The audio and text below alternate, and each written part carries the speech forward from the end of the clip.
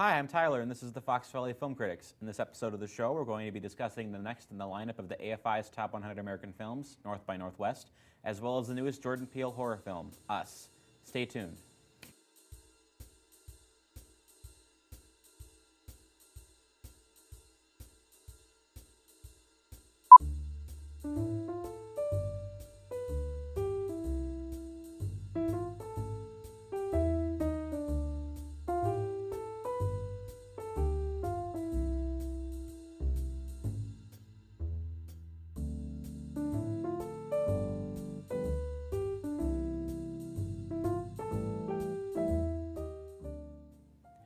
Hello and welcome to the show, brought to you by Grimthink Productions and FVTV. Joining us once again is our favorite short order return guest, Terry. Every time I'm on here, I have a new nickname.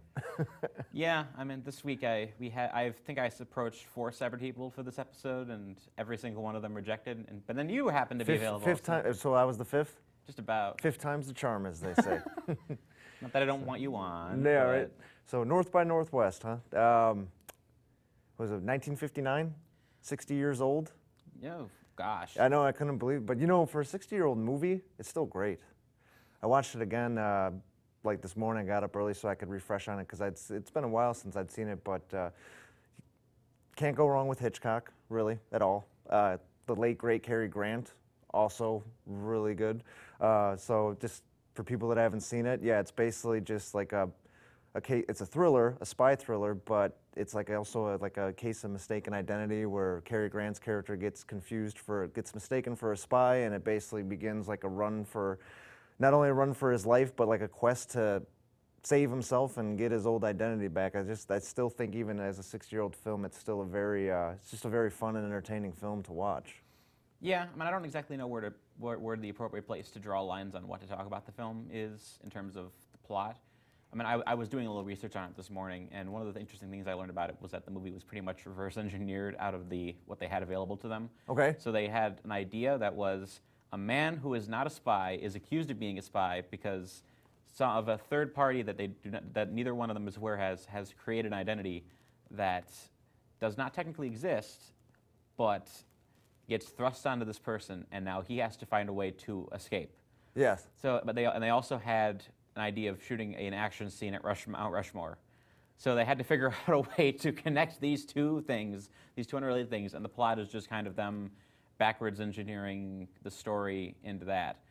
And I've heard people say this is like the most Hitchcockian of Alfred Hitchcock's movies, and that it's definitely a thriller based on this kind of a horrifying situation that a regular person is thrown into, which is very Hitchcockian. Mm-hmm.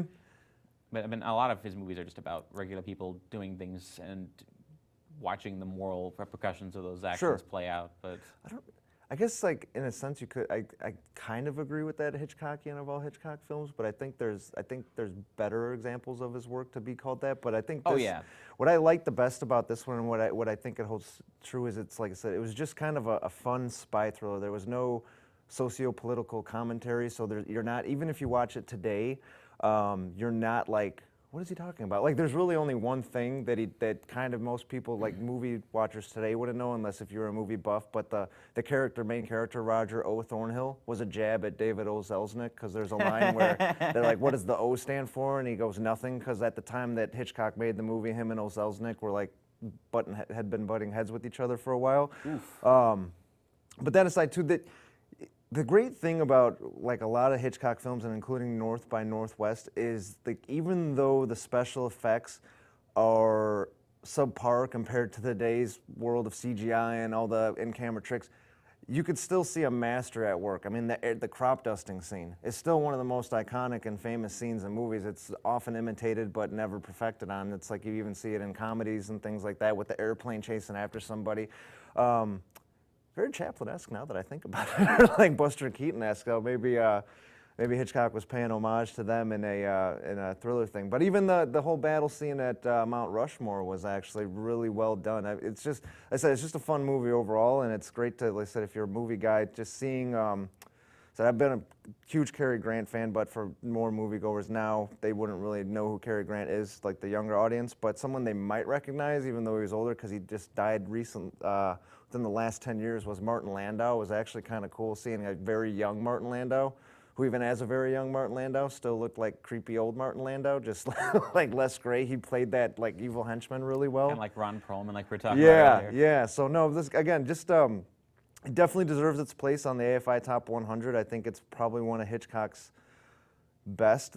But it's kind of hard to say it's one of his best because pretty much, like I said, everything that he made could be considered like a true piece of cinematic art. I think Vertigo kind of tips the scale, just because that one, I've seen that one, it gets regularly thrown on the top of like the Sight and Sound best movies of all time lists and stuff like that. So I could see that one being people's favorite, irregardless of personal taste.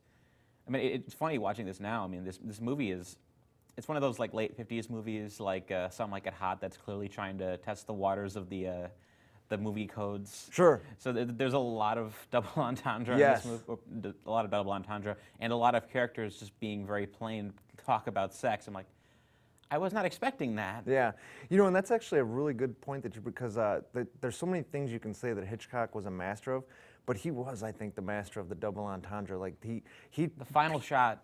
Yeah. Yes. Yes, but it's like, but he brought sex to the screen in like a kind of, like we said, the double entendre. Like it was like he didn't throw it in your face, but it's like if you paid attention, it's like, oh, that's definitely a sex reference. It's like, yeah, he was really good at doing that. There is sexual tension between these characters. Yeah, I know. Oh my God, I was gonna laugh because Leave It to Hollywood. It's just so easy to fall in love, apparently. That's old Hollywood, man. Yeah, you know, they couldn't actually say what the characters are doing, so they had to like Yeah. write it into the script and like. Yeah. You had to have actors who had tension with each other. Yeah, and there was another part I wanted to talk about too, because it's like I said, it's funny now just because the acting could kind of be considered hokey. And again, Cary Grant probably, you can't really hold a candle to his acting career. Cary Grant is doing. But him trying to play drunk, driving like that to me was hilarious. Well, Cary Grant's doing like the 50s like inner city voice like the whole time, and it's a little comical to us. I mean, back then that was kind of a sign of erudition and wealth and societal so maybe then it might have worked a little better. I mean, I always notice that watching these movies now is that they're all in Technicolor, so they always have this very like plasticky look to them. Sure. So it comes off as very like ironic 50s to us. Just but it's one of those things that doesn't age well, I guess.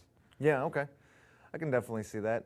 But no, again, I keep going back and everything like that because again, it's like I really like this movie. Like I said, I think it deserves its place on the AFI Top 100, and I think it's a movie that any audience from anywhere can go back to. Even if the movie was 100 years old, I think people would still enjoy it. Well, I think a lot of Hitchcock's movies wound up on the top 100. Like there's a couple I don't think that didn't. I don't think Strangers on a Train is. I don't think Rebecca did. I don't think a lot of. I don't think the Notorious did.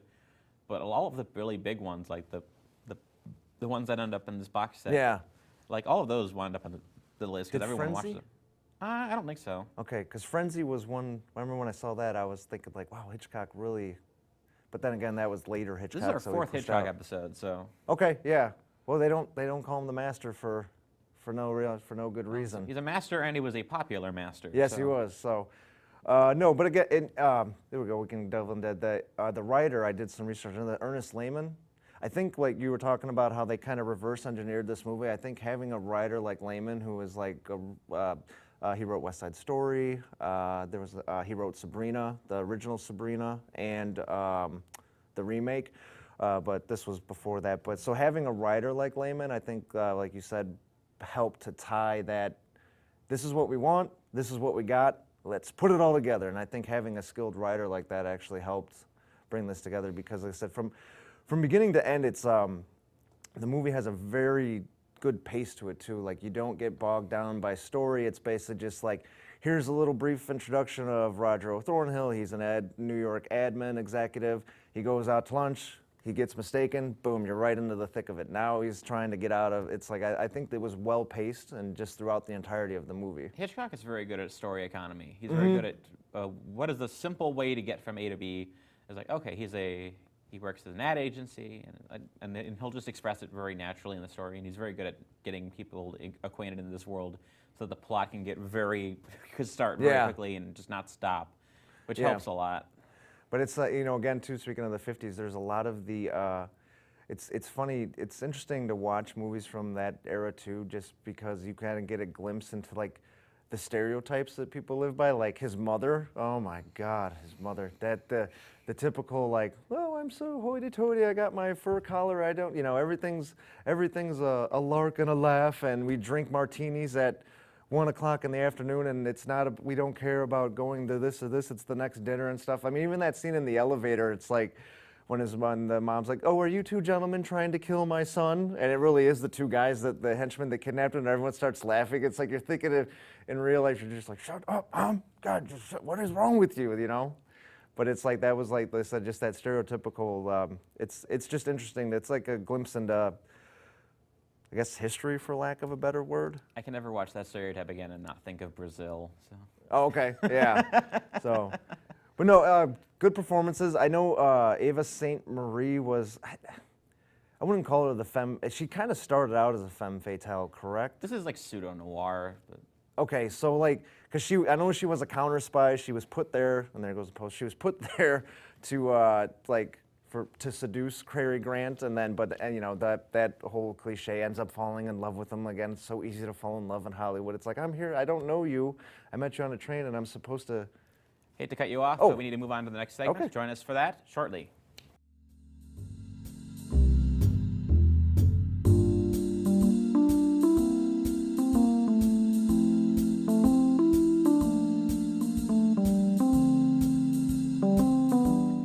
From the director of Get Out and the recent host of the new Twilight Zone series on CBS All Access, we now have Us. What do you think of Us? I think that it is a really good movie, but it is not Get Out. Yes, it is a very different movie than Get Out. Yes, and having said that, I also hope, and I know it's a small sample size, but I hope Jordan Peele does not become a victim of his own success. Because I just have a feeling that everything he makes going forward is either him trying to recapture what he had in Get Out, or audiences saying, this isn't Get Out. Like, I just hope he didn't reach his magnum opus with Get Out, because Get Out was so original and fresh, and like by the end of it, you were like, yes! By the end of Us, I was kind of waiting for that same big reveal, but felt like I missed it. I mean, there is a big reveal at the end of Us, but it's a little smaller. It's a cliche reveal, though, kind of. I mean, I kind of pictured it, but it was more so I guess I was looking more for the connection socio-politically, which I kind of saw it, but in Get Out, it was just so smart, where it's like, this one was smartly done too, but again, I kept thinking, I don't know if, after watching Get Out, if I kept thinking to myself, like, where is it, and I missed it, or if it just wasn't as in your face as it was in Get Out, because I felt like I had to have missed something. So the thing about Us, I've noticed, is that he's trying to go for a deeper level of thematic depth than he did with Get Out, but he's not trying to do it just in a purely, specifically about certain political issues like the way he did with Get Out. He's trying to do a darker movie about like the inner self and the things that your demons you hide in the closet and stuff like that. And there's a lot of shades to how that's supposed to play out in the movie in regards to what kind of metaphor this could be for. Is this like a class metaphor? It could be a metaphor for hidden history of the country. It could be a lot of things, and there's a lot of details that kind of make certain reads on the movie harder than others. So it's not a very clear, clean, concise movie like Get Out, where it's very easy to look at that movie and say, it is about this specific topic, and it is about building around that topic. Whereas Us, he's trying to make something a little more deep and textured, and I see a lot of people feel they don't quite figure out what it is, but I kind of think I like Us more, just because I appreciate that he took the distance he got with Get Out, and now he's running with it. He isn't just being complacent. He's actually going to try to dig deeper and make something that's more complex, more difficult, one that challenges people more in different ways than his audience who went to the first movie expected. Because obviously, he's going to have Get Out attached to his name forever now. He clearly, I think he wants to do more than just that, and I think he needs to kind of establish right away that he can do other kinds of movies other than Get Out, and prove that he has a little range so that he can build a wider career going forward. Because I I don't know what he wants to do, but I don't think he just wants to stay with the Blumhouse guys forever. So. And I think you make a good point on that too, because he's obviously a brilliant filmmaker, which is kind of interesting in the fact that, like you said, with Going Away, because he came up as comedy. He was the Key and Peele sketch show, which was hilarious, and that's how he kind of got known. And then all of a sudden, it's like, you know, how he's a filmmaker, he's a director, and you're thinking like, Jordan Peele, the guy from Key and Peele, okay, and you know, and then Get Out was just such a huge success. So it's also, you see that he kind of used comedy, which he was really good at, as a stepping stone. But this guy is really a lover of film. Like, you can tell he's probably a big film buff, which you wouldn't have known from his cut, because there were a lot of great shots in the movie. The acting, again, just like Get Out, the acting was really spot on and superb. The acting is spectacular. Well, it's because every character has to do like multiple performances. Yeah. And every single actor had to have range going into this, and they end up really knocking out of the park. Especially I forget the name of the woman who leads, but she's very good. She's been in a lot of movies. I kind of know her name, but I'm gonna mispronounce it. I think it's Lupita. Yeah, yep. I think, but yeah, she did. Really good to actually to be crying throughout that entire, like as much as she was throughout the movie was really good. But yeah, it was again. It's like now it's one of those movies. I think Us is gonna be one of those movies that after you see it, you're kind of going to be like, not like Get Out, where you're like, wow, it's a thinking movie. You're going to have to think about it after you see it. You might even have to watch it more than one time to start getting hidden messages or Easter eggs, or start seeing things that you didn't see the first time through. I think it's going to be like one of those movies. It's just one you're going to have to think about, and then you're like, oh, okay, now that makes sense. I kind of like it for that, though, because I think he's making a different kind of film. At least he's making something, as I said, more complex. And it could be said, too, with Jordan Peele that he's making film for the sake of art as opposed to film for the sake of business. Because a lot of movies that come out is basically, it's not, oh, yeah, plot's good, story's good. How much? How much can we do it? Like, how much can we make from this? The Blumhouse business model has always been underpay the budget and then make enormous amount of windfall in the profits, because that's how you make horror movies. You just need to make a bunch of them. A couple of them turn out to be really good. You give those guys more money, and then you just keeping the mill going, because that's how they got their entire studio going off of the Paranormal Activities and the Purge movies. Okay. So obviously now I'm sure Jason Blum is he's happy to have like accomplished directors working for him. Sure. By accident. Yeah. And M. Night Shyamalan. So. Yeah.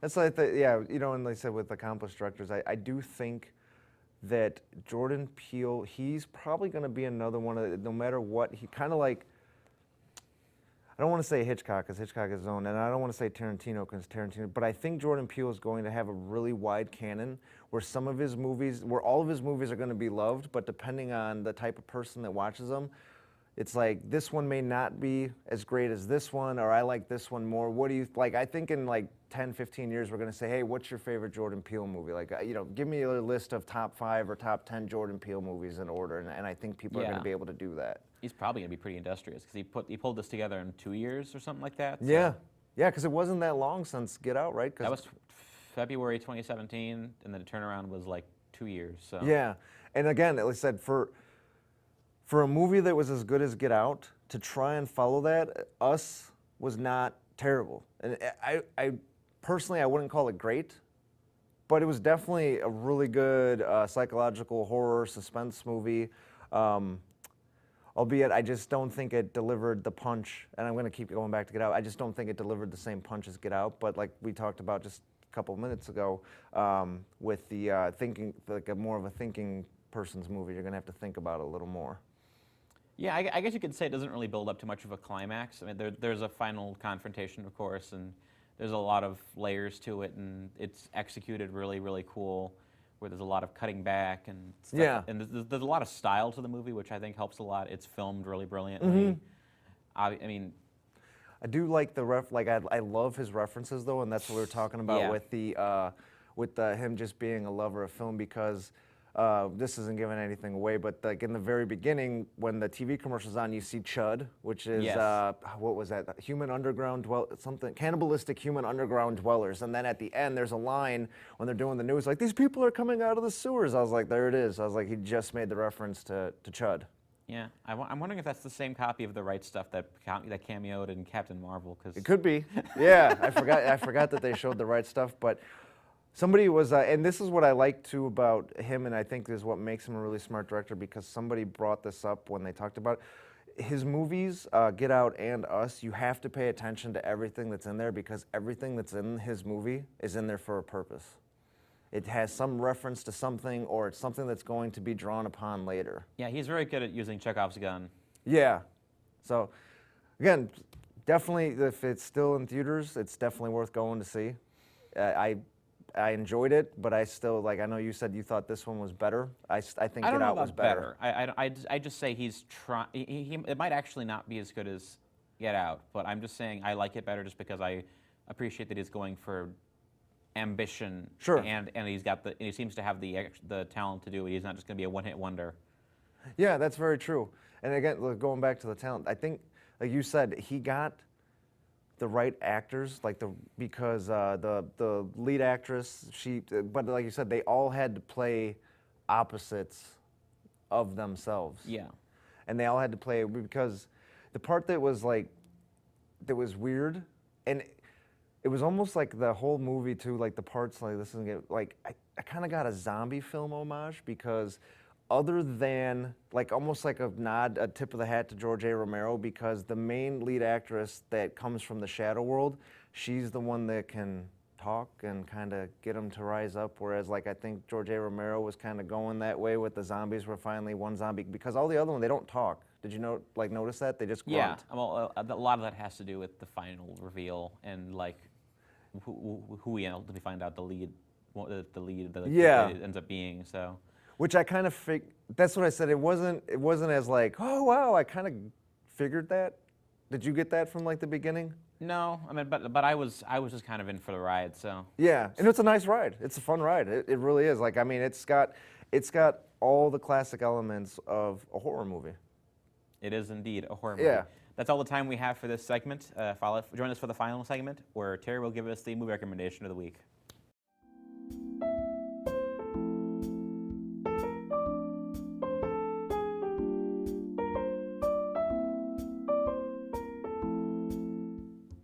Hello and welcome back. Time to hand things over for the movie recommendation this week. All right, so I wanted to, kind of keeping with the theme of the suspense and just fun movies, I wanted to do William Friedkin's 2003 movie, The Hunted, starring Benicio del Toro and Tommy Lee Jones. It's basically a movie about Benicio del Toro is a special forces soldier that was trained by Tommy Lee Jones, and he comes back from the battle in Kosovo, and he basically can't turn off what he was trained, so he becomes a murderer. He gets a little crazy. And Tommy Lee Jones, who trained him, is actually called in to help find him.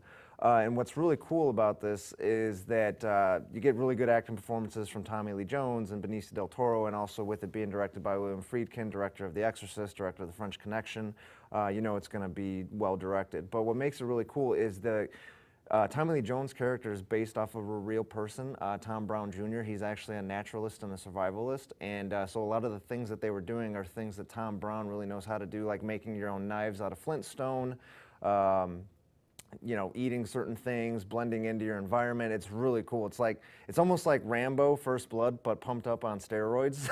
It's just a really fun movie. And again, like I said, with William Friedkin at the helm, he's one of those directors that he doesn't make much, but what he makes is really quality. His movies are always remembered because, again, everyone remembers The Exorcist, everyone remembers The French Connection as being really good, and that this is like a continuation of that. This is just another piece by William Friedkin that's a really good movie to watch.